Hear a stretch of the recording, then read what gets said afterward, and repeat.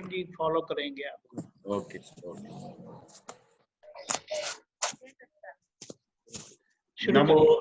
नमो वितरागाय, नमो वितरागाय, नमो अरिहंताणम, नमो अरिहंताणम, नमो सिद्धाणम, नमो सिद्धाणम, नमो आयरियाणम, नमो आयरियाणम, नमो वज्रायाणम, नमो वज्रायाणम, नमो लोए सव साहुणम, नमो लोये सव्व साहुणम, ऐसो पंचन मुक्कारो, ऐसो पंचन मुक्कारो, सव पावपणासनो, सव्व पावपणासनो, मंगलाणं च सव्वेसिं, मंगलाणं च स्तव्येसिं, परमं हवै मंगलम्।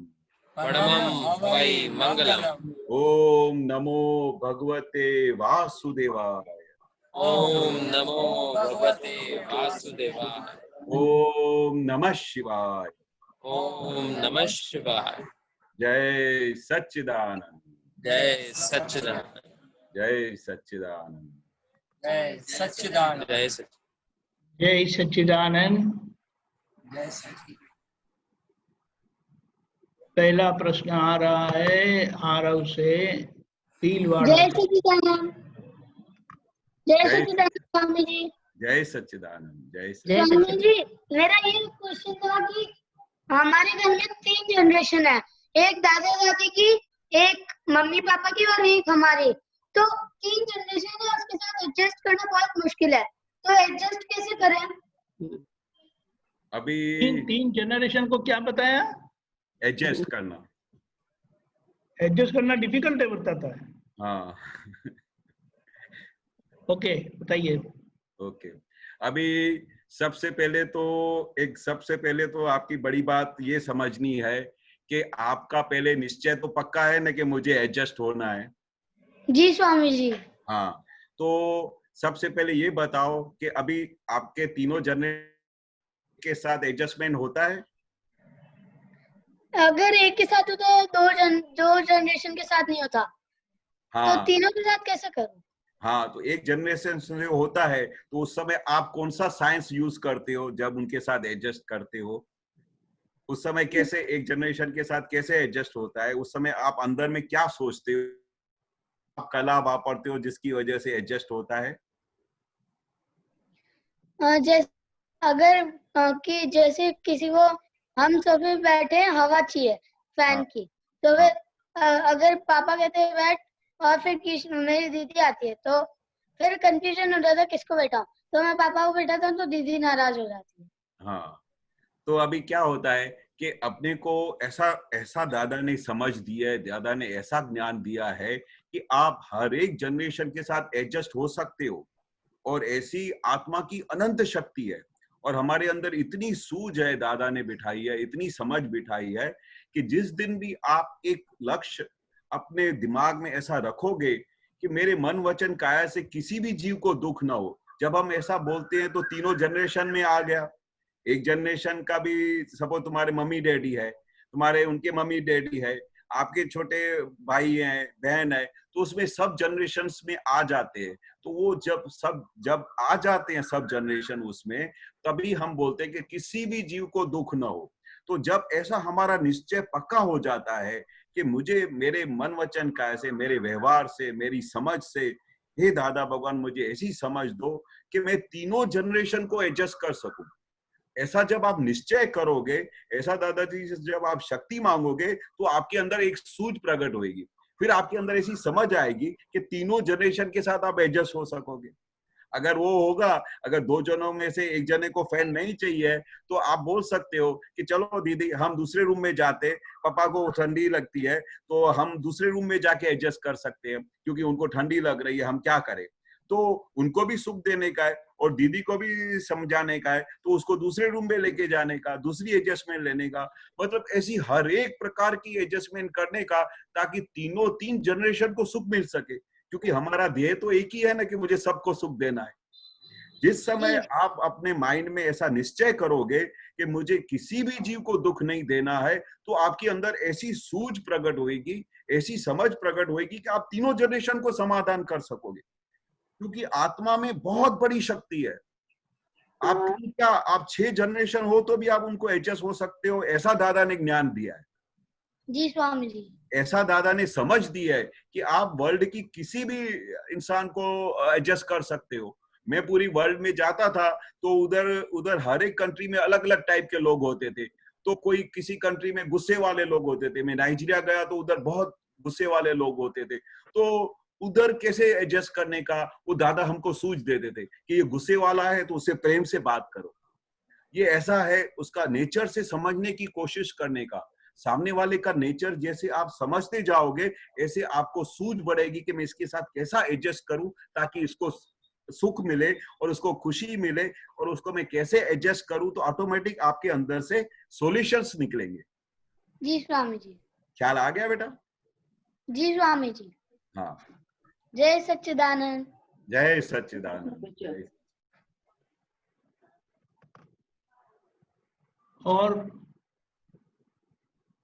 और किसका प्रश्न है?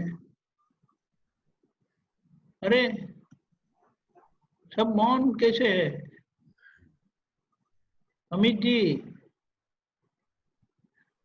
विदिता बेन ने अपना बोल दिया है, इन्हें खत्म नहीं हुआ ना, अभी तो शुरू हुआ।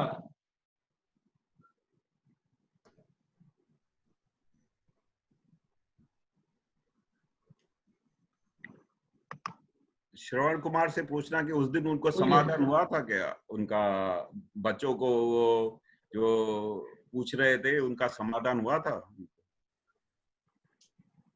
ये अमित जी का प्रश्न है। हाँ साहेब, जय सच्चिदानंद साहेब। जय सच्चिदानंद। जय सच्चिदानंद। साहेब मेरा प्रश्न ये है कि जब अपन प्रतिक्रमण करते हैं तो सामने वाले की शुद्ध आत्मा को देख करके प्रतिक्रमण करते हैं, सामने वाले की शुद्ध आत्मा से प्रतिक्रमण करते हैं, लेकिन एक्चुअली अपन ने दुख तो सामने वाले को दिया हुआ है, मतलब कि उसके बाबा को, यानी कि उसके मन वचन काया को, उसको दुख दिया है, तो हाँ। अपन क्षमा उसकी जो है शुद्ध आत्मा से क्यों मांगते हैं? नहीं, हम उनकी हाजिरी में मांगते हैं, क्योंकि भगवान की हाजिरी में उसको दुख हुआ है, भगवान ने उधर रिसीव किया है। दुख बरोबर है उसके मनवचन काया को हुआ है, तो हम इसलिए उनके मनवचन काया से और उसके अंदर बैठे हुए भगवान से भी माफी मांगते हैं।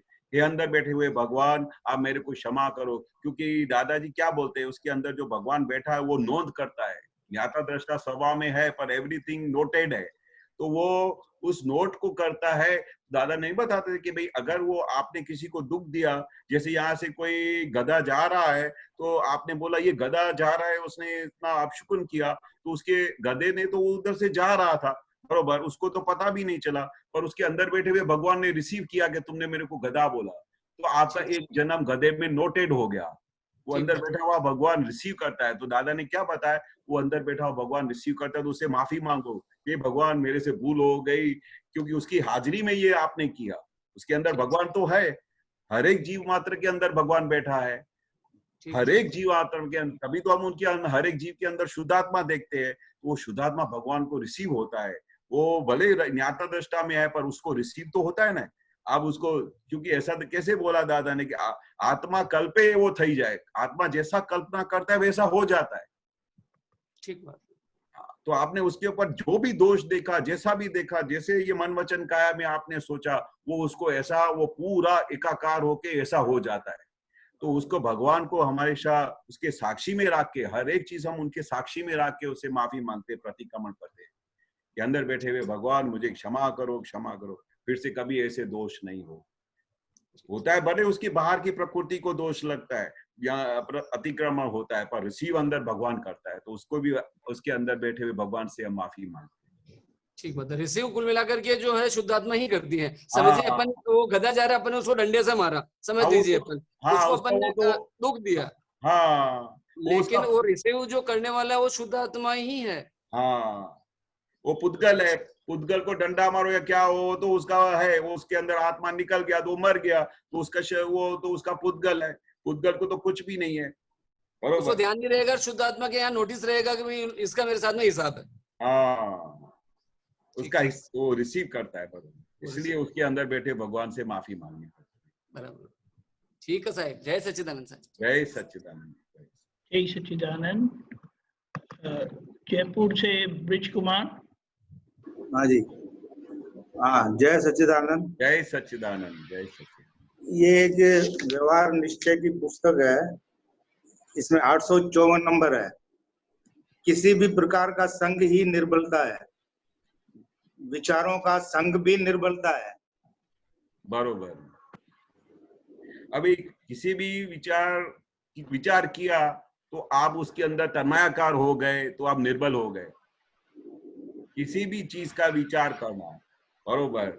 अभी उस समय अगर आप उस विचार से अलग रहते हो, छुट्टा रहते हो, तो फिर आपका वो उसको ज्ञाता दृष्टा स्वभाव में आ गए।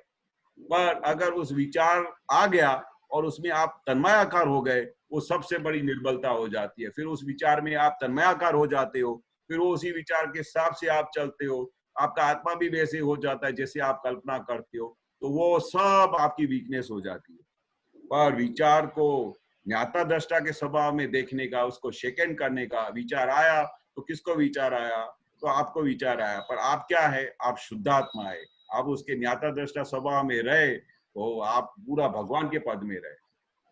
पर अब जैसे सत्संग से अपन जुड़े हुए हैं, लाइक माइंडेड पीपल के साथ बैठते हैं, तो वो भी दुर्बलता है। बोलिए, फिर से बोलिए। ये सत्संग से जुड़े हुए हैं अपन, हाँ, तो अपन अपने लाइक माइंडेड पीपल से बैठते हैं, हाँ, वो भी दुर्बलता है क्या? नहीं, वो दुर्बल है। सत्संग में तो जिसके साथ बैठते हो वो तो आपका आत्मा का ज्ञान के बारे में डिस्कशन करते हो, उनके साथ समझते हो, वो विज्ञान को समझते हो। आप तो दादा बोलते हैं कि 5 जने सत्संग की बातें करते हैं तो वो दादा भगवान खुद हाजिर हो जाते हैं। तो क्योंकि आप सबका ध्येय क्या है, मोक्ष में जाने का ध्येय है। आपका ध्येय कहीं ये गप्पा मारने का नहीं है, दोस्तों के साथ बैठ के और वो विचार करने का, गलत बातें करने का नहीं है। जब आप अपने एक ध्येय के लोगों के साथ बैठते हो जिसको मोक्ष में जाने का है, उनके साथ आप वर्तन करते हो, बात करते हो, तो वो तो सब परमहंस की सभा बोलाई जाती है। उधर तो सत्संग की सभा बोली जाती है, जो सब मोक्षगामी जीव है। और मोक्षगामी जीव के साथ बैठने का मिले और उनके साथ सत्संग करने का मिले तो हमारा बहुत बड़ा पुण्य है। क्योंकि यहाँ पर हमारी संसार की बातें नहीं होती है, मोक्ष जाने की बातें होती है। कैसे भी करके हम अपने मन वचन काज से सबको खुशी देवे, सुख देवे, यही हमारा ध्येय है। और हमारा मेन ध्येय क्या है कि ये संसार के सभी जो कार्य है, व्यवहार है, सबके साथ उठते बैठते संभावे निकाल करके सबको खुशी देके अपन मोक्ष चले जाए, ये हमारा भी मेन ध्येय है। अभी हमारा और कोई ध्येय ही नहीं है। ये ज्ञान मिलने के बाद हमारा कोई ध्येय नहीं है। दादा की साइंस है ही इसकी कि हमारा ध्येय क्या है कि हमारा ये जो ज्ञान और समझ मिली है, ये फाइलों का संभाव से निकाल करो। जो भी हम लास्ट बर्थ में चार्ज करके आए हैं वो अभी डिस्चार्ज हो रहा है, उसमें आप कुछ भी फेरफार नहीं कर सकते हो। ये तो अभी आपको देखना ही है। ये जो भी डिस्चार्ज में हो रहा है उसको देख के उसको फाइल का संभाव्य निकाल करके आप मोक्ष में जाने का है। और अभी ज्ञान समझ मिलने के बाद और कुछ भी नहीं रहता है, शुद्धात्मा और संयोग। जो संयोग आता है उसका निकाल करो और मोक्ष में जाओ। सही है? जय कुमार जी, ये दोबारा थोड़ा पढ़िए ना। हाँ, हाँ, ये 854 नंबर है। किसी भी प्रकार का संग ही निर्बलता है, ओके विचारों का संग भी निर्बलता है। ओके, धन्यवाद। ओके, आगे कौन है? भाग्यशाली सुरेश जी।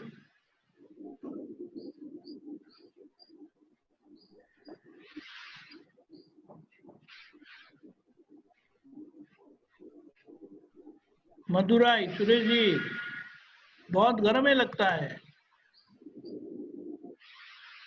अनम्यूट करे। हाँ बोलिए।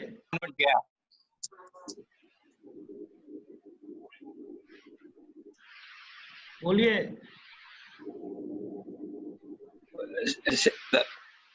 महाविजय क्षेत्र में सिमंदर स्वामी, वहां जाने का है, एक वो अवतारी होके। फिर वो एक बार अवतार होके जाना है तो उसके लिए थोड़ा बताइए, समझन दीजिए। अच्छा, बरोबर। अभी आपने वो दादा की बात सब पूरी ज्ञान मिला है आपको? ज्ञान समझ में आ गया है दादा का ज्ञान? हाँ हाँ आ रहा है। हाँ, अभी दादा क्या बोलते थे कि अभी मैंने आपके सब पापों तो भस्मीभूत कर दिए, बरोबर, और मैंने आपको 5 आज्ञा दी हुई है, बरोबर। हाँ अभी पापों भस्मीभूत हो गए, शुद्धात्मा का लक्ष्य बैठ गया। अभी आपको हर जगह पे, खुद के अंदर, घर के सबके फाइल के अंदर, बाहर जहां भी जाते हो वहां पर आपको सबको शुद्धात्मा दिखाई देता है। तो अभी आत्मावत सर्वभूतेषु, हर एक जीव मात्र के अंदर अभी आपको भगवान दिखाई देता है। यानी अभी हाँ, अभी आपकी भगवान की दृष्टि हो गई। अभी आपकी भगवान की दृष्टि तो हो गई, उसके बाद फिर दादा ने आपको 5 आज्ञा दी है। अभी आपका मन वचन काया व्यवस्थित के हाथ में है, व्यवस्थित सब अपना काम करती जाएगी, बरोबर। और अभी आपको कुछ भी नहीं करने का है, सिर्फ दादा की 5 आज्ञा पालन करने का है। अभी आपको त्याग और ग्रहण करने का कुछ रहा नहीं है। जो त्याग करने का था वो त्याग कर दिया, ग्रहण करने का तो जो ग्रहण कर दिया, शुद्धात्मा जो ममता और वो सब था वो हमने त्याग कर दिया। अभी हम सिर्फ क्या हो गए, शुद्धात्मा हो गए। और अभी हमको दादा की 5 आज्ञा पालन करनी है। अभी जैसे ही हम कुछ भी दादा का 5 आज्ञा का पालन करेंगे, तो कुछ भी हम करेंगे तो उसका फल क्या आएगा? तो उसका फल आएगा मोक्ष। तो दादा ने क्या बोला कि अगर ये आप 5 आज्ञा किसी भी हालत में 60 से 70% मिनिमम आप वापरते हो, उसको यूज करते हो, उसको उपयोग करते हो, तो आपको 1-2 अवतार में सीधा महाविद्य क्षेत्र में जन्म मिलेगा। और वहां से सीधा मोक्ष चले जाएंगे। क्योंकि अगर आप 5 आज्ञा पालन करते हो, तो अगर 5 आज्ञा में आप नहीं रहते हो तो शायद 6 भाव भी हो जावे, 8 भाव भी हो जावे, पर मिनिमम में मिनिमम 15 भाव हो सकते हैं। पर जो अगर दादा की समझ को आपको आ गई, और दादा की वैल्यू आपको समझ में आ गई, और आज्ञा की वैल्यू समझ में आ गई, और आपको 1-2 अवतार में मोक्ष में जाने का है, तो दादा ने बोला कि इसका एक ही इलाज है, एक ही रास्ता है कि जितना भी हो सके आप 100% काल का ऐसा प्रभाव है कि आप 100% तो पालन नहीं कर सकते हो, पर मिनिमम में मिनिमम 70% पालने की कोशिश करना, तो भी हम आपको पास कर देगा। और 1-2 अवतार में मैं गारंटी देता हूं कि आप मोक्ष में चले जाओगे। हाँ जरूर, आप आशीर्वाद दीजिए। दादा भगवान की आशीर्वाद, दादा भगवान की आशीर्वाद। जय सच्चिदानंद। आपका निश्चय पक्का रखना कि मुझे मोक्ष में जाने का है, और वो मेरे को 100% निश्चय है ही है। और सब में शुद्धात्मा देखता हूँ, लेकिन शुद्धात्मा देखते हो तो उसका सामने वाला दिखाई देते हैं ना, तो उसके देखते हैं शुद्धात्मा है करके ऐसा बोले तो बस है ना। बस बस बस बस इतना ही करने का है। दादा ने बोला ये बहुत सरल और सीधा ज्ञान दिया है, कुछ भी नहीं। उनके दोनों आंखों के बीच, दोनों आंखों के अंदर बीच में, और आंखों देखते शुद्धात्मा भगवान बोल देता हूँ। Very good, very good, very good. बस तो बराबर है, गारंटी है। दादा ने बोला है जो मेरी आज्ञा में रहता है उसको मैं गारंटी देता हूँ कि 1-2 अवतार में ये सीधा मोक्ष चला जाएगा। अच्छा, ये बराबर है ना?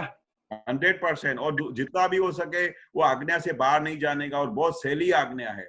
और धीरे धीरे आपको भी पता चलेगा कि आपके अंतस्करण में पता चलेगा, आपका बाहर पता चलेगा कि आपका प्रकृति कैसा होता जाता है। तो आपको पहले से ही खुशबू आएगी, और आपके सब परमाणु ऐसे हो खुद ही हो जाएंगे कि सीधा महाविद्य क्षेत्र आपको बुला लेगा अपने पास। जरूर जरूर, श्योर।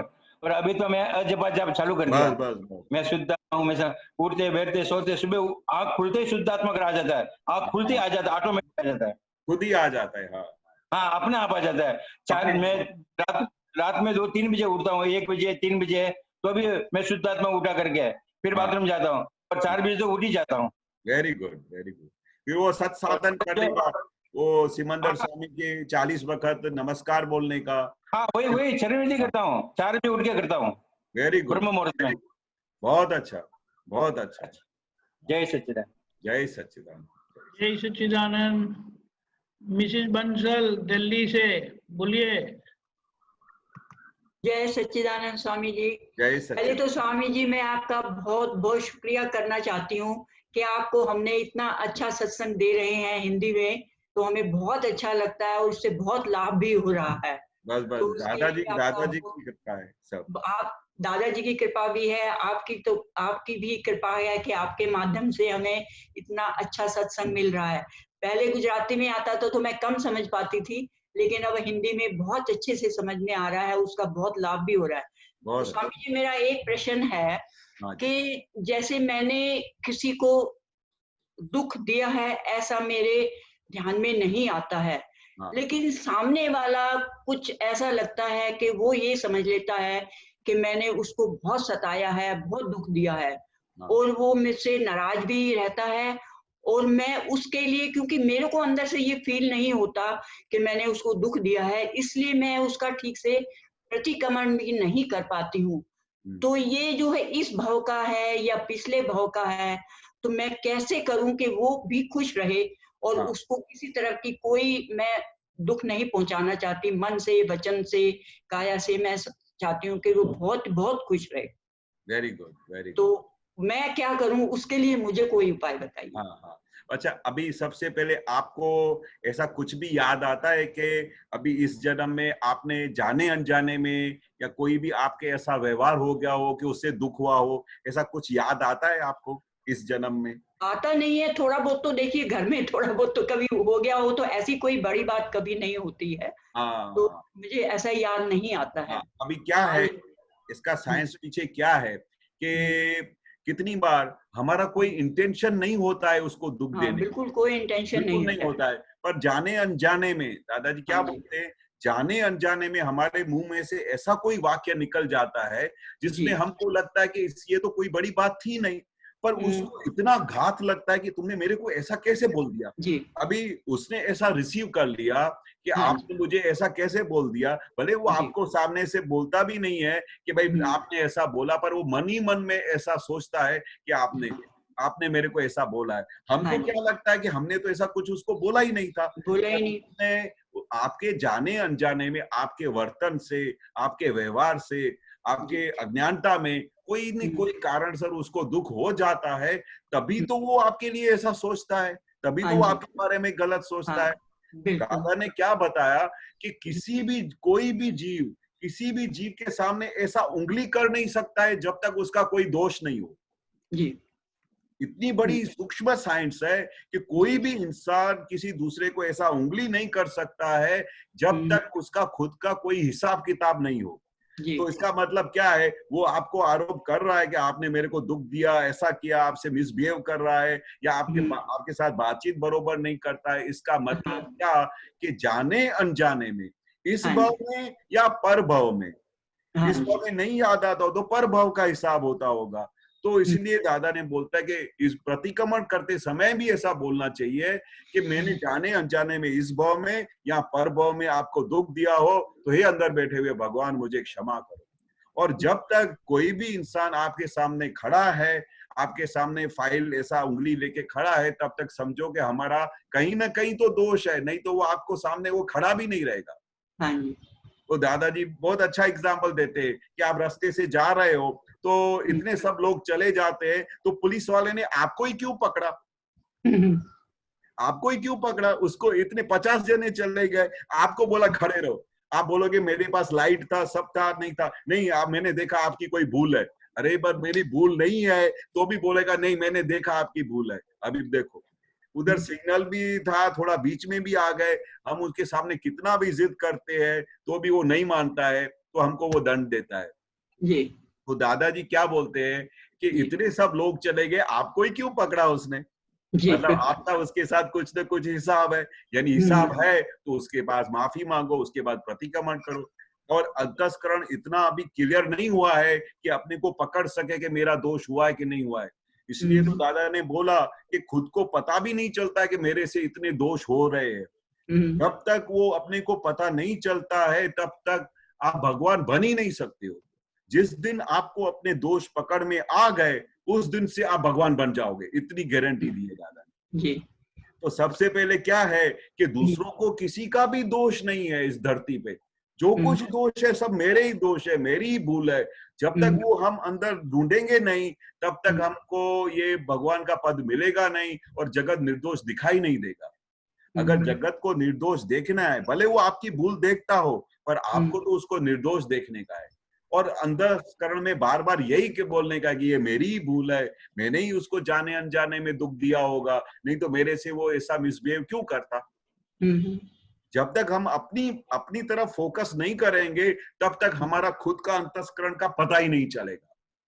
दादाजी क्या बोलते हैं कि दिन रात अपने अंदर की गुफा में सब ढूंढो कि मेरी कहां पर भूल हुई। इसलिए तो दादा रात को हमको सोने के पहले हमको बोलते थे कि बिना सोए 15 से 20 मिनट या आधा घंटा पूरे दिन में क्या हुआ वो सारा सब सोच के विचार के उसके साफ सुफी करके प्रतिक्रमण करके बाद में सोने का। ऐसा क्यों बोलते थे?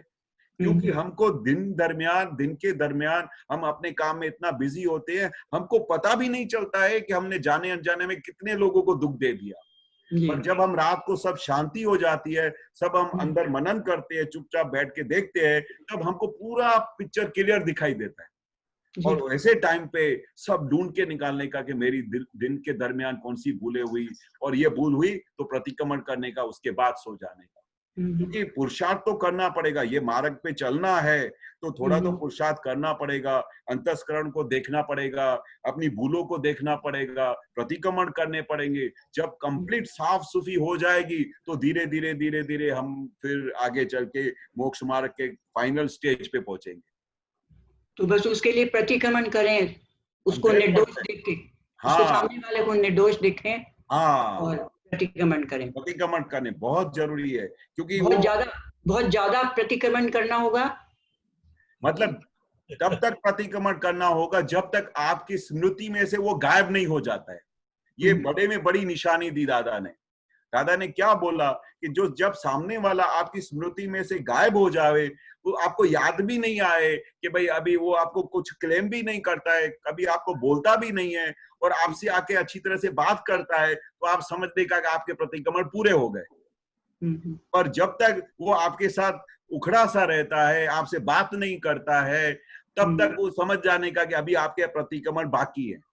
और जिस दिन वो आपसे वापस खुशी से मिलने आया और आपसे अच्छी तरह से बात करने आ गया और आपको बहुत अच्छी तरह से कंप्लीट निर्दोष देखता है और ऐसा भी बोलता है कि भाई मेरी भूल हो गई, आपकी तो भूल थी नहीं, तो समझने का कि आपके प्रतिक्रमण पूरे हो गए, अभी आपको फिर उसका प्रतिक्रमण नहीं करने का। हाँ, ठीक है स्वामी जी। जय सच्चिदानंद। जय सच्चिदानंद। जय सच्चिदानंद। बम्बई से हेमा बहन। जय सच्चिदानंद। जय सच्चिदानंद। हाँ, दादा भगवान का के ज्ञान कला और बोध कला के बारे में समझाइए।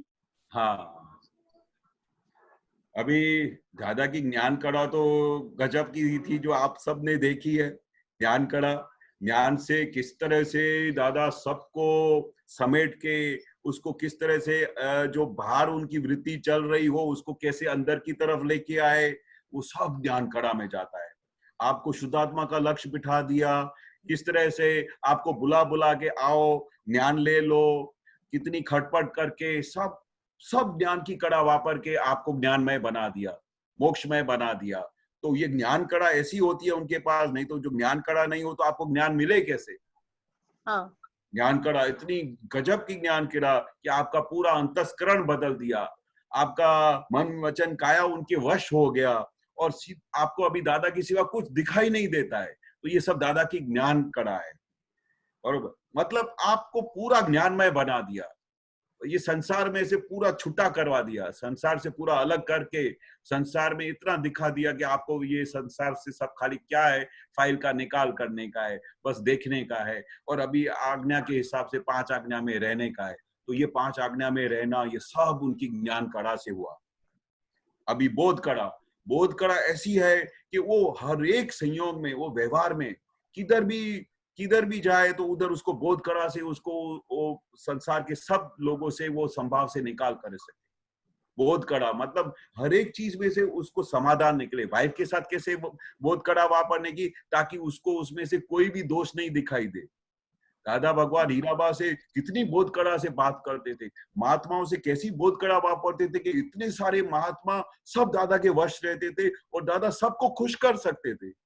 दादा को सब अट्रैक्शन लगता था, दादा को सबको ऐसा लगता था कि दादा सिर्फ मेरे हैं, हाँ। मतलब क्या उनकी बोध कड़ा होगी।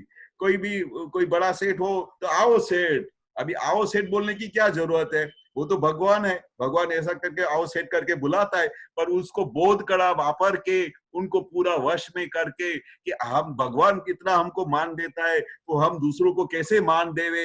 हमारे हमारे जो दादा को सब दिखाई देता होगा कि ये ऐसा बड़ा सेठ है, उसको बात करने का ऐसा है, तो उसको वो खुद ऐसी बोध कड़ा खुद वापरे ताकि सामने वाला सीख जाए। तो हर एक संजोग में वो बोध कड़ा वापरते थे, महात्माओं को सिखाते थे कि ऐसे बोध कड़ा से दादा सर्व कड़ा संपन्न थे।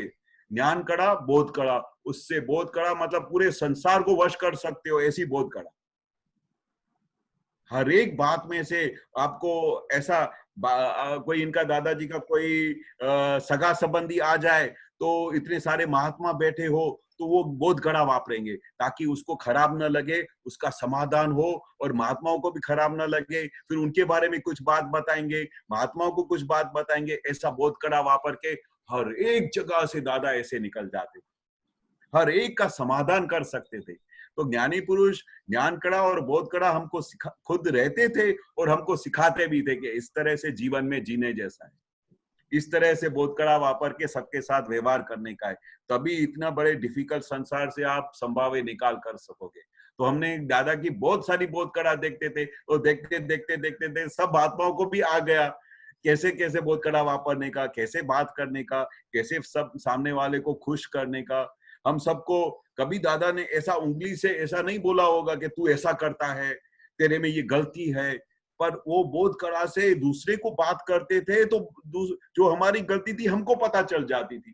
तो ये बोध कड़ा है, सामने वाले को बताने का, ऐसा नॉर्मली बात करने का कि ऐसा ऐसा होता है संसार में। अभी होता होगा मेरे अंदर, पर दादा बोलते थे कैसे कि संसार में मैंने ऐसा देखा है, लोग तो ऐसे करते हैं। तो ये दादा ऐसी बोध कड़ा वापर के हमको समाधान करते थे और हमारी जो गलतियां थी, हमारी जो वीकनेस थी, वो बोध कड़ा से सब बाहर निकालते थे। हाँ, एक और क्वेश्चन है, सूज वह कुदरती बख्शिश है, इसके बारे में बताइए। हाँ, सूज ऐसी चीज है कि नॉर्मली ये सूज कुछ परसेंटेज तक सबके पास होती है, पर ज्ञानी पुरुष के ज्ञान मिलने के बाद एक ऐसी सूझ प्रकट होती है जिसकी सूझ से वो आप हर एक चीज का समाधान कर सकते हैं। अभी एक सूझ का दादा सिंपल एग्जांपल देते थे कि अभी आप एक हाईवे से जा रहे हैं, बरोबर, आपकी कार चल रही है, तो कितनी बार अचानक ऐसा होता है ना कि कोई गाय भैंसे का पूरा झुंड रोड क्रॉस करता है। आप देखोगे तो अचानक गाय भैंस वहां से गुजरती है, तो वो गुजरते गुजरते आपकी गाड़ी रुक जाती है, और उस समय गाड़ी जब रुक जाती है तो गाय भैंस भी सब उधर रोड पे आ जाती है। अभी रोड पे आ जाती है तो कुछ देर के लिए वो उधर ही खड़ी रहती है, फिर वो थोड़ी देर के बाद उसको सूझ आती है कि ये जो ट्रक है ना, इधर से मैं रास्ता निकालूं, और ऐसा करके रास्ता निकाल के थोड़ी देर में सब गाय वहां से क्रॉस हो जाती है।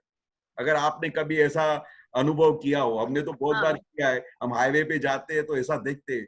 तो फिर दादा ने जब ये बात बताई तब पता चली कि भाई ये गाय ये जो जानवर है उसके अंदर भी सूझ होती है, पर वो सूझ तो धीरे धीरे थोड़ी देर के बाद आती है। अगर वो उसको सूझ नहीं हो तो वो रोड ही नहीं क्रॉस कर सके। तो ये सूझ जो है वो ज्ञान मिलने के बाद और प्रकट होती है, और वो सूझ का, और उसको जैसे दादा के विज्ञान से उसको नया ड्रेस मिल जाता है। नॉर्मल सूझ तो जानवर में भी है, आपके अंदर भी है, मेरे भी अंदर है, पर ज्ञान के बाद ये सूझ और प्रकट होती है, और उस सूझ के हिसाब से हर एक चीज का समाधान हो सकता है। आप वो सूझ के हिसाब से घर में कषाय नहीं होने देते हो, उस सूझ ऐसा ऑन द स्पॉट आ जाती है कि थोड़ी देर के बाद आपको रियलाइज होता है कि नहीं, ये ऐसा स्टेप लेना चाहिए। कितनी बार आप सोचोगे ना कि आप मूंझ के बैठे होते हो, तो मूंझ जाते हो कि ये मैं कैसा करूं, तो थोड़ी देर के बाद वो सूझ आ जाती है, फिर हाँ मेरे को लगता है कि मैं ऐसा स्टेप लूं तो ये सही है। उस समय ये सूझ काम करती है। हाँ हाँ, क्योंकि ये सूझ तो है ही हमारे अंदर, पर ये ज्ञान के बाद वो जो हमारा छुट्टा हो गया ना, तो हम अलग होके देख सकते हैं, उसको समझ सकते हैं, फिर हम बातचीत कर सकते हैं, फिर वो हमको सूझ, हमको डायरेक्शन, हमारे को स्पीड बढ़ जाती है ज्ञान मिलने के बाद। इसे कुदरती बख्शिश का। इसे कुदरती बख्शिश, ये मतलब हर एक के जीव के अंदर है। दादा ने बताया जानवर के अंदर भी बताया, नहीं तो वो दादा बोलते कि अगर उसको सूझ नहीं होती तो वो रोड भी नहीं क्रॉस कर सकता। ये कुदरती बख्शिश है। ये जो आदमी मनुष्य अवतार हो या जानवर अवतार हो, वो कुदरती ये सूझ लेके ही पैदा होता है, कुदरती बख्शिश है। अभी जैसे इसके ऊपर मुझे ये थोड़ा पता चल रहा था, वो आपसे मैं क्लियर कर रही हूँ। हाँ। जैसे मेरी मम्मी है, तो मम्मी जब भी मैं छोटी थी ना, तो मम्मी का व्यवहार कैसा था, कोई भी काम सिखाती नहीं थी, बोलती थी कि तू देखेगी ना सीख जाएगी। और हाँ। कभी ऐसे नहीं भी तू ऐसा कर, तू वैसा कर। और कोई भी घर में क्लेश का वातावरण जैसे होने ही नहीं देती थी, मम्मी का ऐसा स्वभाव था। कभी मैंने मम्मी और पापा के बीच में झगड़ा देखा ही नहीं। तो वो हाँ। उनकी कुदरती सूझ है। हाँ, कुदरती। और ये क्या है, लास्ट बर्थ से वो जो दादा बोलते हैं ना, कितने जीव इतने डेवलप्ड होके आते हैं, इतनी क्लियरेंस होती है, किसी में थोड़ा आवरण होता है तो उसको नहीं दिखाई देता है, कितनी के अंदर बहुत क्लियरेंस होता है, वो लास्ट बर्थ की डेवलपमेंट में उसको सहज रीते सब दिखाई देता है। अभी दादा नहीं बोलते थे कि दादा को कितनी जबरदस्त सूझ थी, क्योंकि उनके पास तो कई लोग आते थे, उनके दोस्त आते थे, आजू बाजू वाले आते थे, तो उनको कुछ भी समाधान चाहिए तो 2 मिनट में दादा समाधान करते थे, उनको सूझ आती थी। और किसी का घर में झगड़ा हो गया तो बोलते तू ऐसा जाके कर, किसी का बिजनेस में नुकसान हो गया तू ऐसा जाके कर, तो वो ऐसा जो जब जाके बोलते तो वो ऑन द स्पॉट उसका सूझ काम करती है, उसकी डेवलप्ड हो जाती है। तो कितनी सूझ, तो क्या है कि लास्ट बर्थ में उनकी इतनी डेवलप होके आती है कि उसको सहज रीते सब दिखाई देता है और वो फटाफट उसकी सूझ काम करती है, उसके आवरण इतने छूट जाते हैं। बाकी नॉर्मल सूझ तो हर एक को मिलती है, हर एक को मिलती है, पर वो अपने लास्ट बर्थ के डेवलपमेंट के हिसाब से अथवा दादा की कृपा से धीरे धीरे धीरे महात्माओं के अंदर भी कितनी सूझ डेवलप होती जाती है कि ये कृपा का फल है। जितना आप इस विज्ञान में आगे बढ़ोगे, जितना आपका पुरुषार्थ होएगा, हर एक चीज आपके अंदर डेवलप होती जाएगी। जब हमारा ये विज्ञान आत्मा का इतना बड़ा क्लियरेंस दिखा सकता है, केवल ज्ञान की तरफ ले सकता है, तो सूझ तो कुछ भी नहीं है, इतनी शक्ति है आत्मा की।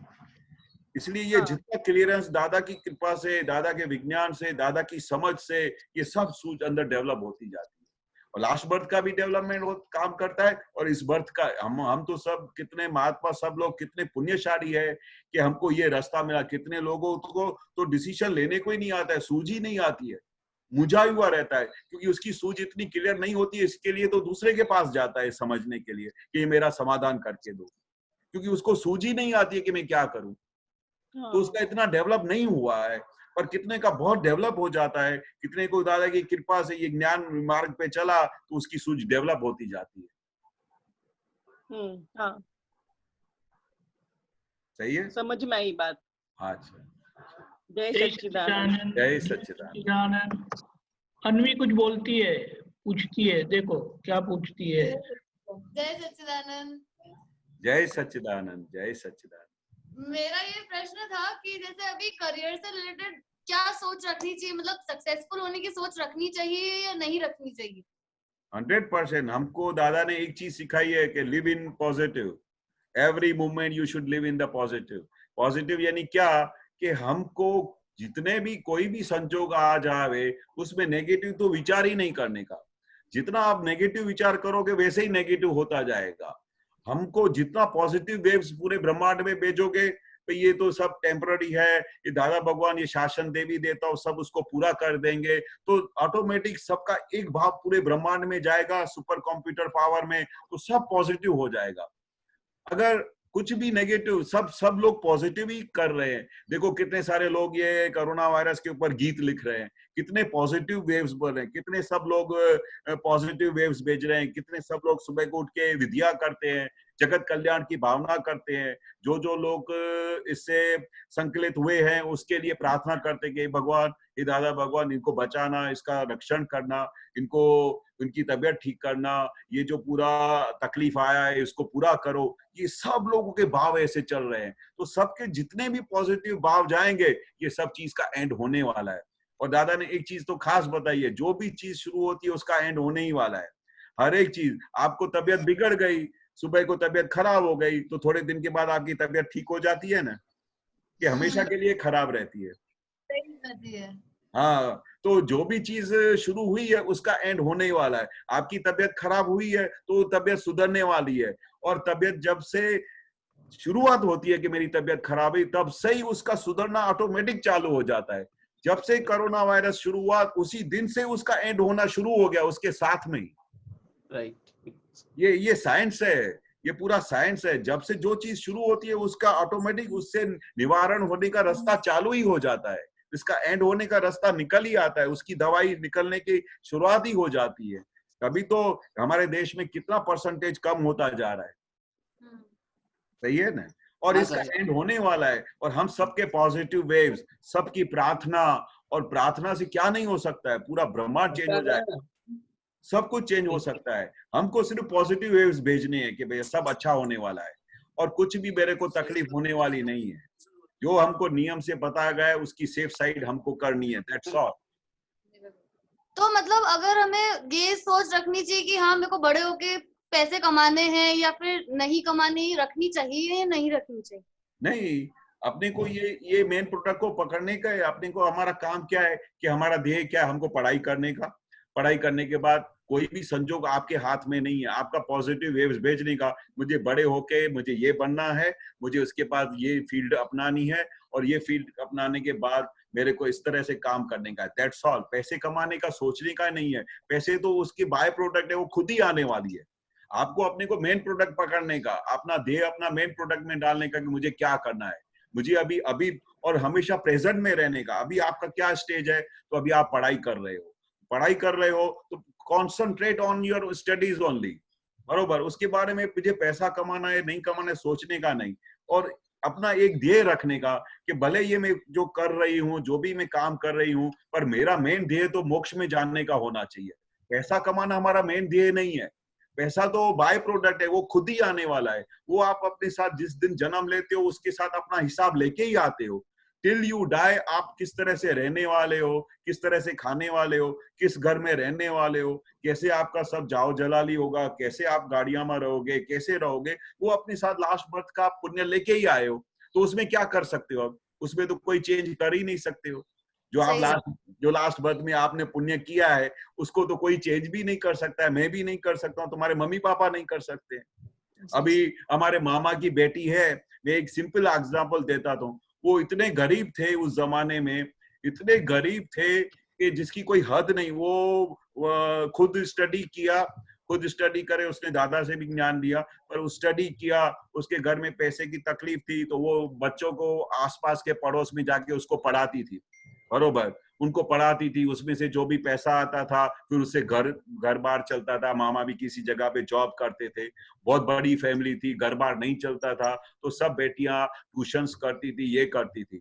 अभी उनको पता भी नहीं था, ऐसे गरीब घर में, पर भी जब उनकी शादी हुई तो एक मल्टी बिलियनर के साथ शादी हो गई। अभी वो दुबई का इतना बड़ा किंग है, वो इतना, उसका पैलेस देखो तो आप घबरा जाओगे, ऐसा महाराजा का भी पैलेस नहीं होगा, ऐसा उसका दुबई में पैलेस है। तो मैं सोचता हूँ कि अरे ये रहती थी, ऐसे पढ़ाती थी, अभी कहाँ पहुंच गई। अभी वो उसके हाथ की तो बात थी नहीं। उसका हस्बैंड मिला, वो भी उस समय बहुत गरीब था, पर उसका धीरे धीरे नसीब खुलता गया, वो लास्ट बर्थ का कोई पुण्य ऐसा आ गया, तो अभी वो राजा की तरह रहती है। तो हमारे हाथ में जो लास्ट बर्थ में जो पुण्य लिखा गया है, उन्हें आपको पता है, ना किसी को पता है, ना तुम्हारे मम्मी पापा को पता है। तो हमको क्या करना चाहिए, लिव इन प्रेजेंट। कल पैसा कमाऊंगी, ये करूंगी, वो सोचने का नहीं। मेरे को स्टडी करना है, मेरा अपना धर्म पालन करने का है, और मेरा मेन तो ये होना चाहिए कि मैं जैसे दादा ने बोला ऐसा जीवन निकालने का है। मेरे मन वचन का से किसी को दुख ना हो, मेरे बर्ताव से सभी को सुख हो, मेरे माँ बाप की मैं सेवा करूं, ऐसा सब पॉजिटिव वेव्स जैसे दादा ने बताया वैसे वेव्स में चलने का। और मेरे को ये सब व्यवहार करते, सब पढ़ाई करते और कॉलेज में जाते, शादी करते, हर एक संजोग में मुझे आत्मा के साथ रहने का है, दादा के साथ रहने का है, और मेरे को एंड में मोक्ष जाने का है। ये अपना ध्येय नक्की रखने का। बाकी सब चीजें ऑटोमेटिक आप लिखा के लाए हो, आपको मिलने ही वाली है। सही है? हाँ। जय सच्चिदानंद। जय सच्चिदानंद। जय सच्चिदानंद। जय सच्चिदानंद। शरण जी और पूछना है? हाँ। एक मिनट है शरण जी, 1 minute, I'll mute you again. Okay, बोलिए मेरे। मेरा प्रश्न है कि मैं ज्ञात पुत्र हूँ और आप मेरे ज्ञात पिता हैं, इस लाइन का क्या मतलब है स्वामी जी? हाँ, हूँ ज्ञात पुत्र छू, मैं मतलब मैं भगवान का ज्ञात पुत्र छू। आप मेरे ज्ञात पिता हो, आप मेरे पिता हो। जिन पिता होता है वही बेटे को पूरा ज्ञान देता है। ज्ञात पिता मतलब ज्ञान से भरपूर भरपूर जो होते हैं, ज्ञान पिता होते हैं, जिसको ज्ञान की सिवा कुछ नहीं, पूरा ज्ञान का भंडार भरा हुआ है। और आप मेरे ज्ञात पिता हो और मैं आपका ज्ञात पुत्र हूँ। बस मैं आपका ये ज्ञान प्राप्त करके बस ये मोक्ष में चला जो आपने मुझे ज्ञान दिया है, जो ज्ञान की समझ दी है, वो मैं अपने वर्तन में लाके स्मरण करके मनन करके मोक्ष मार्ग पे चलो, आपकी तरह चलो। बस ये हम उसको दादा को प्रार्थना करते हैं कि आप मेरे ज्ञात पिता हो, मैं आपका। जैसे बाप फादर होता है अपने बेटे का जैसे कैसा ख्याल करता है, वो मेरा बेटा है तो बेटे को कोई आंच नहीं आओ, मेरी बेटी को कोई आंच नहीं आए, कितना उसका प्रोटेक्शन करता है। तो ऐसे हम भगवान को प्रार्थना करते हैं कि आप मेरे ज्ञात पिता हो, जिसने मुझे ये ज्ञान दिया है, मैं आपका ज्ञात पुत्र हूँ, मेरी संभाल करना, मुझे आपकी मोक्ष मार्ग पे लेके चलना। ऐसे हम दादा को प्रार्थना करते हैं। जी स्वामी जी। स्वामी जी एक लाइन गा देती हूँ मैं इस बात पे। हाँ। छोड़ेंगे ना हम तेरा साथ ओ दादा, मरते दम तक, मरते दम नहीं, अगले जन्म तक, अगले जन्म नहीं, जन्म जन्म तक, छोड़ेंगे ना हम तेरा साथ ओ दादा, मरते दम तक। बहुत अच्छा, बहुत अच्छा, बहुत अच्छा। बस ऐसी भक्ति चाहिए दादा की।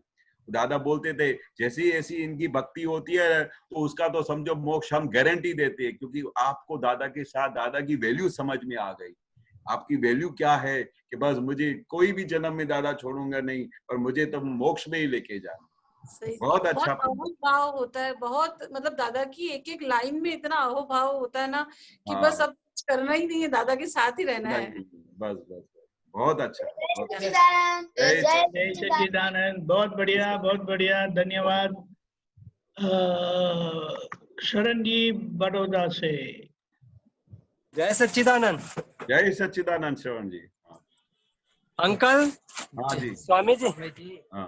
प्रश्न। जय सच्चिदानंद। जय सच्चिदानंद। जय सच्चिदानंद। प्रश्न है, कर्ता पद से कर्म बंधन, कर्म करते ही बंधन से कैसे छूटना चाहिए? हाँ बरोबर। तो कुछ समझाइए आप। हाँ, वो अभी कर्ता पद कैसे छूटता है? जब तक आपका नाम क्या है? उमेश। उमेश। हाँ, तो कर्ता पद जब तक आप उमेश काम करता है, मैं उमेश हूँ, जब तक ये आपको बांध रहता है ना, तो आप कर्ता पद से मुक्ति ही नहीं हो सकते। आप समझे मेरी बात? जब तक आपको लगता है कि आप कौन है, तो बोलते मैं उमेश हूँ, बरोबर, मैं इस घर का, इस शॉप में मैं नौकरी करता हूँ, ये मैं इसका भाई हूँ, ये मैं इसका फादर हूँ। जब तक ये आपको भाव, खुद का भाव छूटा नहीं है, जब तक आपको उमेश का भाव चलता है, तब तक वो कर्तापद आपका छूटेगा नहीं। वो आपका उसका कर्म, जो भी कर्म करेंगे उसका फल भोगना पड़ेगा। पर जिस दिन आपको ज्ञानी पुरुष से ऐसी समझ मिल जावे कि उमेश तो मेरा पड़ोसी है पर मैं शुद्धात्मा हूँ, ऐसा आप धीरे धीरे अलग रहने का शुरू कर दो, और आपको हमेशा लक्ष्य में ऐसा लगे कि भाई मेरे अंदर जो भगवान बैठा है, ऐसे आपके बाजू में जो भगवान जो भी बैठा है उसके अंदर भी भगवान है। और आप उस समय से जब कर्तापद से छूट जाते हो, तब आपको कोई भी कर्म बंधाता नहीं तो ये साइकिल में से आप बाहर निकल नहीं सकोगे। जब तक आपका साइकिल चलता रहेगा, जब तक आप उमेश रहोगे, तब तक ये साइकिल से कभी बाहर निकल ही नहीं सकते हो। कभी आपका कर्म की जो थियरी है वो पूरी नहीं होगी। उसका जो भी कर्म करोगे उसका फल भोगना पड़ेगा। पर अगर आपको ऐसा निश्चय हो गया कि मुझे मोक्ष जाने का है, मुझे यहाँ से मोक्ष तरफ चलने का है, तो श्रवण भाई को तो सब पता है, वो आपको बताएगा कि हाँ, नहीं, काफी हमारी हेल्प करते हैं, हमें समझाते हैं। हाँ, हमारी कड़ी जोड़ने वाले शरण भाई है इसमें दादा से। हाँ, ये बहुत बड़े निमित्त है आपके। आपका उनका तो उपकार भूल ही नहीं सकते हो। नहीं, कभी नहीं। हाँ, क्योंकि ये जो समझ जो दादा की, आपकी भी कोई पुण्य होगी तो अभी आप श्रवण जी के साथ मिले हो, नहीं तो कोई ये रास्ते पे चलना कोई मामूली बात नहीं है। कोई संयोग रह गया होगा। हाँ, बहुत पुण्य चाहिए कि ये बात आपको सुनने को भी मिले। दादा ऐसा बोलते हैं भगवान और की ये बात सुनना, ज्ञानी पुरुष की बात सुनना बहुत बड़े पुण्य की बात है। तो श्रवण भाई का बहुत बड़ा आपके ऊपर कृपा है। तो वो आपको सब बताएंगे, रास्ते बताएंगे, छोटे छोटे रास्ते हैं कि वो किस तरह से आप इसमें से बाहर निकल सकते हो। आप किस तरह से आप अपने अंदर ऐसा करो कि आपको धीरे धीरे ये ज्ञान समझ में आ जाएगा, और ज्ञान की थोड़ी बातें आप समझ लोगे तो 1-2 अवतार 3 अवतार में आपको कनेक्शन भी मिल जाएगा और आप सीधा मोक्ष मार्ग में भी चलोगे। और इस जन्म में आप जो कुछ कर रहे हो उसका कोई बंधन भी नहीं होएगा। एक छोटी सी समझ मिल जाएगी आपको। जी जी। हाँ, और हमेशा ये लक्ष्य रखने का, ये छोटी जो 5 बातें करने की है ना, श्रवण भाई को पता है, जो सत साधन सुबह को उठ के करते हैं, तो वो तो आपको धीरे धीरे ऐसा मोक्ष का कनेक्शन करवा देगा कि आप इमेजिन नहीं कर सकते हो। हाँ जी।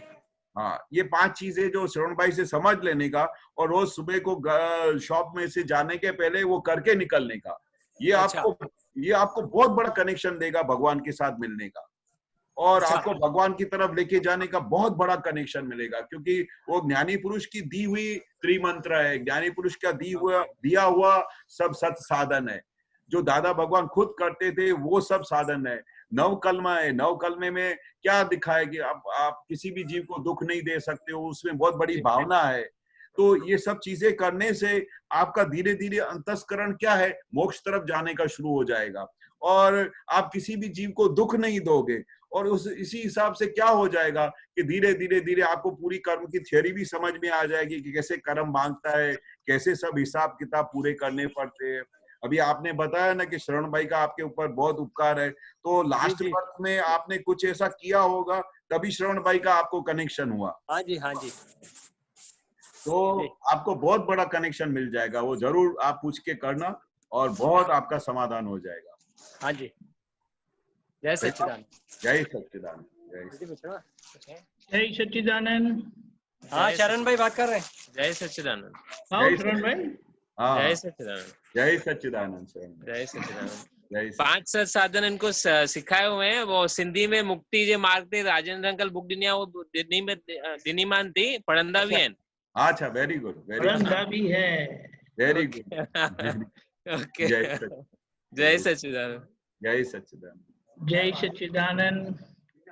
और किसी सवाल है? लागो से राम पूछने वाले हैं कुछ?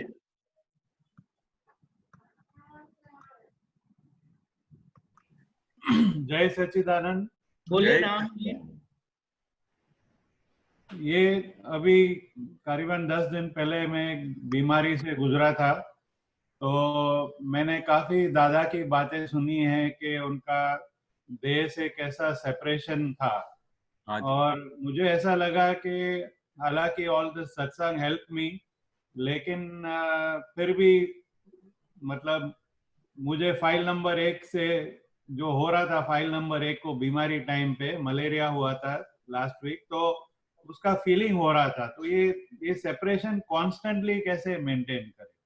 हाँ, अभी दादाजी क्या बोलते हैं कि ज्ञानी पुरुष को जो था वो तो कंप्लीट सेपरेट रहते थे। एक सेकंड के लिए भी उनकी जो सेपरेशन की मैं बात बताऊं तो आप इमेजिन नहीं कर सकते हो। तो दादाजी को दांत में इधर दुखता था बहुत, तो वो दांतों का इलाज नहीं करते थे। हम बोलते थे दादा दाढ़ में, और दादा बार बार वो एग्जाम्पल भी ऐसा देते थे कि दाढ़ में दुखे ने तो आदमी को पता चले कि दर्द क्या होता है, और उस समय उसको पता चलता है कि सेपरेशन क्या होता है। तो दादाजी ऐसे 2-3 एविडेंस में हमने ऑब्जर्व किया कि दादा उसका इलाज ही नहीं करते थे। तो उस समय दादाजी को ऐसा दिखाई देता था कि ये जो दाढ़ दुखती है वो किसकी दुखती है, तो AM पटेल की दुखती है। मैं कौन हूं, तो मैं शुद्धात्मा हूं। तो कंप्लीट उसको सेपरेशन दिखाई देता था, ऐसा दिखाई भी देता था, और जो दर्द था वो AM पटेल भोगता था, और दादा भगवान तो सिर्फ ज्ञाता दृष्टा में उसको जानते थे कि ये दर्द हो रहा है। अभी ऐसी दादा बोलते स्टेज हमारे में आने में थोड़ा टाइम लगेगा, क्योंकि हमारी अभी भी थोड़ी देर के लिए दादा के विज्ञान तो हाजिर हो जाता है, और थोड़ी देर के लिए ऐसा लगता भी है कि मुझे नहीं हुआ है, मेरे पड़ोसी को हुआ है, फाइल नंबर 1 को हुआ है। फिर धीरे धीरे जब दर्द बढ़ जाता है तो फिर जैसे ही उस समय वो एकाकार हो जाता है ना, तब उसको पता चलता है कि ओह माय गॉड, इतना दर्द हो गया।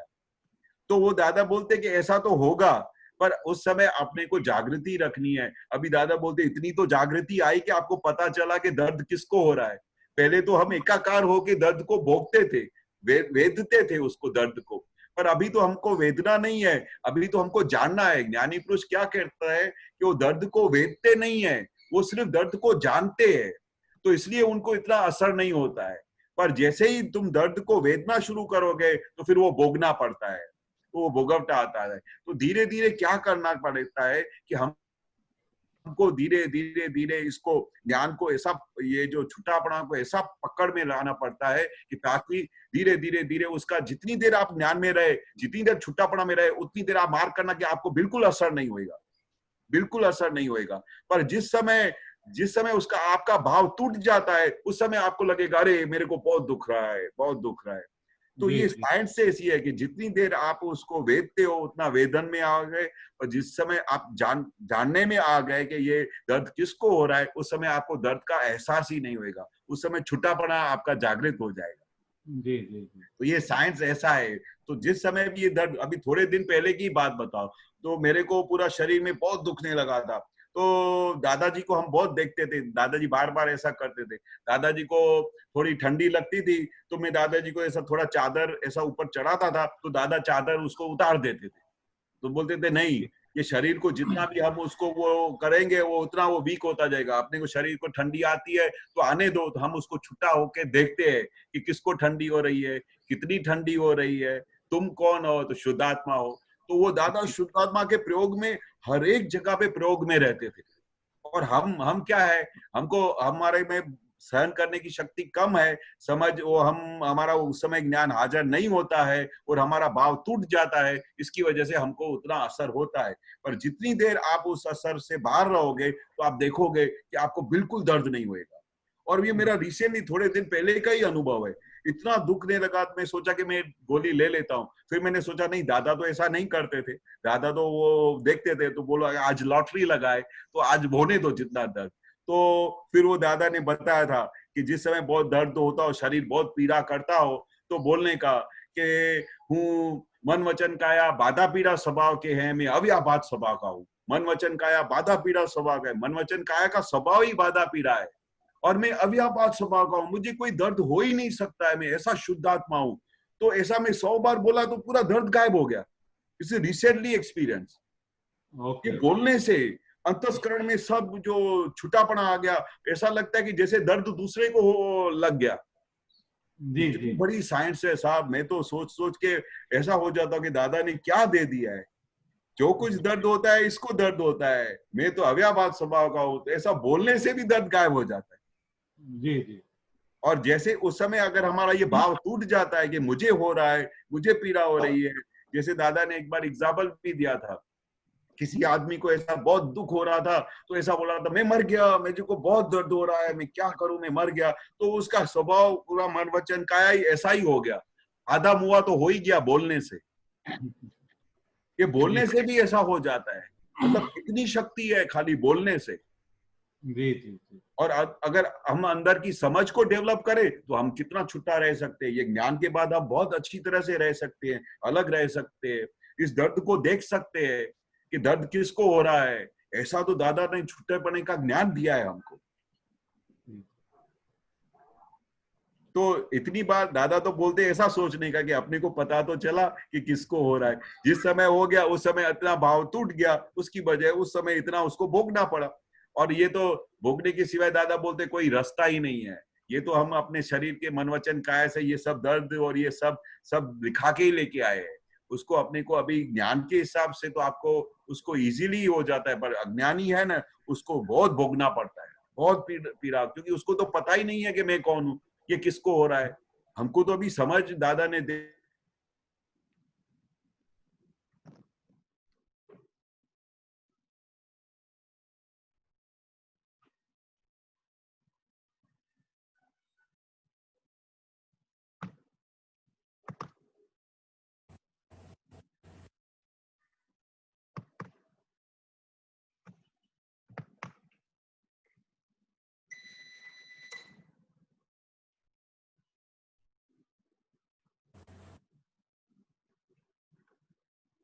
आनु के पावरों की कर रहे हैं यार।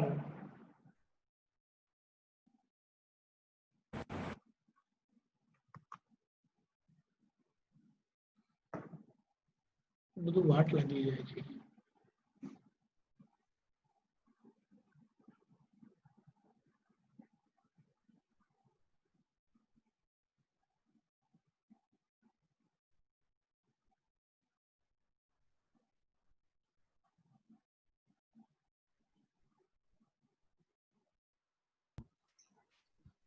दीपक आनंद जी, दीपक Anand ji. I got disconnected, fine। अच्छा अच्छा, हाँ आ गए आ गए। जैसे हमारा समय हो गया है, पर अगर किसी को एक प्रश्न है तो हम ले सकते हैं। We can हाँ take one more question। Hema बहन, आपको प्रश्न है? हाँ, जय Yeah, please सच्चिदानंद। पूछिए। जय Yes। The world is the puzzle itself, but it is always in principle. सूझे? फिर से बोलिए। The world is the puzzle itself, but it is always in principle. In principle यानी इन प्रिंसिपल मतलब ये पूरा प्रिंसिपल से बना हुआ है। दादा ने एक्चुअली क्या कहा है, the world is the puzzle itself, there are two view points to solve it. अभी वो जो टू पॉइंट्स जो सॉल्व करने का दिया है इन प्रिंसिपल है, one relative view point, one real view point. This world is the puzzle itself, there are two view points to solve this puzzle. बरोबर। अभी ये जो पजल को सॉल्व करने का है तो उसका कोई प्रिंसिपल होना चाहिए। प्रिंसिपल है पजल, पर उसका पजल को सॉल्व कैसे कर सकते हैं तो उसका कुछ प्रिंसिपल होना चाहिए। तो वो प्रिंसिपल दिया, one relative view point, one real view point. उसके सिवाय कोई रास्ता ही नहीं है इस पजल को सॉल्व करने का, क्योंकि ये जब तक ये रास्ता नहीं मिलता है तो उस पजल में वो डिसॉल्व हो जाता है। तो दादा ने ये पजल पत्नी बोलो, थोड़ा इसके बारे में आप बताइए। बायडी गुजराती में बोलते हैं बायडी, पर धर्म पत्नी मतलब क्या, जो धर्म साथ निभाती है हमारे साथ, जो पत्नी धर्म निभाती है। बायडी तो मतलब वाइफ का हो गया, गुजराती में बायडी यानी वाइफ होता है। हाँ। पत्नी बहुत बड़ा पदवी दिया है। धर्म पत्नी मतलब जो धर्म निभाती है, स्त्री धर्म निभाती है, पुरुष के साथ रहने का धर्म निभाती है, बच्चों के साथ धर्म निभाती है। तो धर्म पत्नी जो धर्म के साथ जुड़ी हुई है, अपना हर एक धर्म का पालन करती है, इसलिए उसको धर्म पत्नी बोलती है। वाइफ का धर्म पत्नी का धर्म क्या है? पति के हिसाब से चलने का। उसका वो नौकरी करने को जाता है या काम करने को जाता है तो उसके लिए खाना बना के देने का, सब जो कुछ भी उसका है उसका हर एक बात का संभाव से निकाल करने का, वो धर्म पत्नी का वो धर्म है। हाँ। उसका देखभाल करने का। पुरुष का धर्म है तो पुरुष का धर्म है उसको निभाने का। स्त्री धर्म है, धर्म पत्नी है तो धर्म की पत्नी है। धर्म मतलब धर्म निभाने वाली पत्नी है। और पति देव भी बताया दादाजी ने, पति देव यानी देव। हाँ, क्योंकि पहले जमाने में पति देव यानी देव, जैसे हमारे को स्त्री को बोलते थे तो वो बोलते थे कि स्त्री कोई खाली स्त्री नहीं है, वो माता है। माता जी की तरफ को देखो, उसको पति देव को तरफ। तो देवी देवताओं का सब, जब तक आप उसको हस्बैंड वाइफ को दादा बोलते थे कि ऐसा स्वरूप नहीं देखोगे तो तब तक आपको उसके साथ व्यवहार करने को ही नहीं आएगा। इसलिए दादा इनको खास बोलते थे कि आप हमारे स्त्री तरीके नहीं देखने का, देवी तरीके देखने का। उसको देवी तरीके उसका देखभाल करने का, उसकी इस तरह से रक्षण करेगा। ऐसा नहीं कि भाई ये मेरी स्त्री है, मैंने उसको शादी करके लेके आया हूँ, मेरा इसके ऊपर हक है, मैं जो चाहे ऐसा कर सकूं। ऐसा नहीं है। देवी देवताओं के पहले जमाने में स्त्री पुरुष कैसे रहते थे? देवी देवताओं की तरह रहते थे। हाँ। ये तो अभी टाइम दादा बोलते हैं कि अलग आ गया, अभी सब बदल गया। पांचवा आरा में सब, जैसे महावीर स्वामी ने बताया ना कि कैसा पांचवा आरा होने वाला है, वैसा सब आ गया। बाकी पहले ऐसा नहीं था। सतयुग में और जो चौथे आरे में कैसा था, हस्बैंड और वाइफ देवी देवताओं की तरह रहते थे।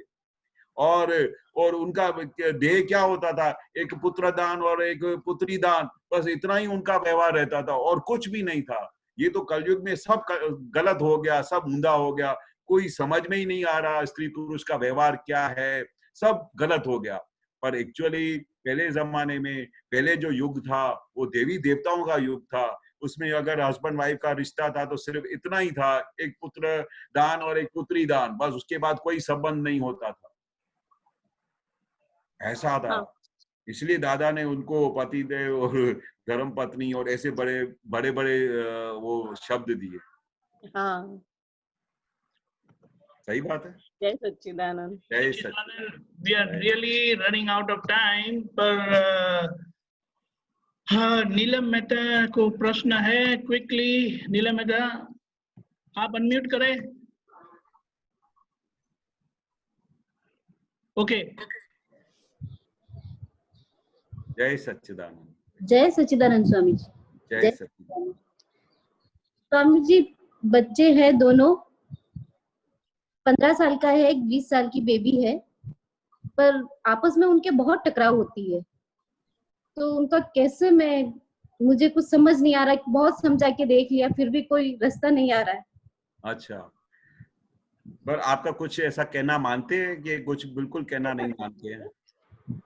कुछ मानते हैं, थोड़ा ही मानते हैं। अच्छा, तो एक काम करने का सबसे बड़े में बड़ा रहस्य एक ही है कि सबसे पहले तो हमारे को दादाजी क्या बोलते हैं कि हमको जाने अनजाने में कुछ भी अभी उनके ऐसे व्यवहार से आपको दुख होता है, तो पहले तो माइंड में ऐसा समझने का कि इस भाव में नहीं, पर भाव में जाने अनजाने में मैंने उनको किसी को तकलीफ दी हो, जाने अनजाने में उनको दुख दिया हो, तो वो मेरा हिसाब चुकाने को आए हैं। अभी वो आ तो गए, अभी मेरे को करना क्या है? अभी उनके साथ संभावे निकाल करना है। किसी तरह से हमारा मन वचन काय को ऐसा तैयार करने का है ताकि आप उनके लिए मॉडल बन जाओ, और दादा से शक्ति मांगने का कि हे दादा भगवान,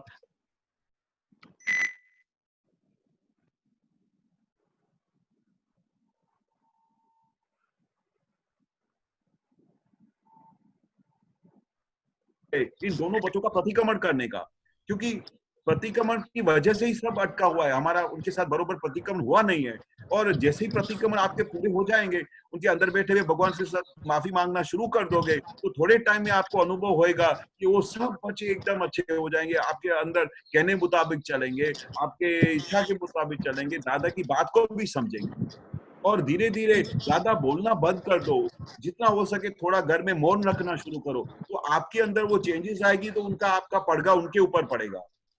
आपके अंदर थोड़ा बोलना थोड़ा कम कर दो, जितना हो सके आप ऐसा देखो कि आप उसको किस तरह से दोनों बच्चों को हेल्पफुल हो सकते हो, उनको किस तरह से अच्छी तरह से रख सकते हो, आप ऐसा कैसे स्टेप्स ले सकते हो ताकि उनके आपस में कोई लड़म लड़ी ना हो, ऐसा कैसे कैसे आप स्टेप्स ले सकते हो ताकि उनको हर एक बात पे समाधान मिले, ऐसा इतना पॉजिटिव कर डालो अपने आप को उनके व्यवहार के सामने ताकि उनको लड़ने का कोई चांस ही नहीं मिले। एक इतना पुरुषार्थ करना पड़ेगा, एक तरफ प्रतिक्रमण चालू रखने का, दूसरी तरफ ये एक्शन प्लान चालू रखने का, तो दोनों, और तीसरी दादा भगवान से शक्ति मांगने का, यही दादा भगवान मुझे ऐसी शक्ति दो, ऐसी समझ दो, मेरे पे ऐसी कृपा बरसाओ ताकि मैं इन दोनों बच्चों के साथ अच्छी तरह से समाधान कर सकूं, इनको सुख दे सकूं और उनको बहुत अच्छी तरह से पाल सकूं। बराबर। पर स्वामी जी, उनका आपस में टकराव हो जाता है छोटी छोटी चीज को लेके। पर अभी देखो, आपस में टकराव आता है, उनको कुछ नहीं होता, पर असर तो आपको होता है ना, आपको दुख तो होता है ना कि क्यों ऐसा होता है, तो उनके लिए भी आप प्रार्थना करोगे, हे दादा भगवान, इन दोनों बच्चों पर असीम कृपा बरसाओ, उसको सद्बुद्धि दो, दोनों का नाम लेके दादा भगवान से प्रार्थना करके दोनों के लिए रोज प्रार्थना करने का।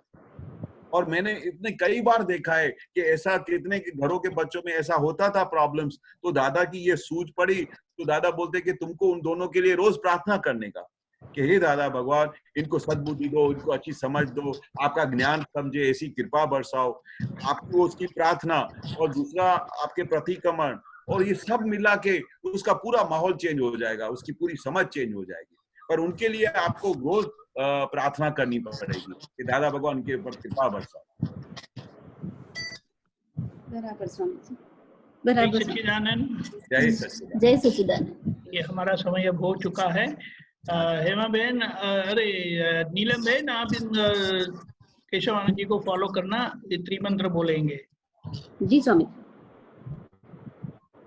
नमो वितरागाय, नमो वीतरागाय, नमो अरिहंताणम, नमो अरिहंताणम, नमो सिद्धाणम, नमो सिद्धाणम, नमो आयरियाणम, नमो आयरियाणम नमो उवज्जायाणम नमो उवज्जायाणम नमो लोये सव्व साहुणम नमो लोए सव्वे साहुणम ऐसो पंचन मुक्कारो ऐसो पंच नमुकारो सव्व पावपणासनो सव्व पावपणासनो मंगलाणं च सव्वेसिम मंगलाणं च सव्वेसिम परमं हवै मंगलम पद्मं हवै मंगलम ओम नमो भगवते वासुदेवाय ओम नमो भगवते वासुदेवाय ओम नमः शिवाय ओम नमः शिवाय जय सच्चिदानंद जय सच्चिदानंद।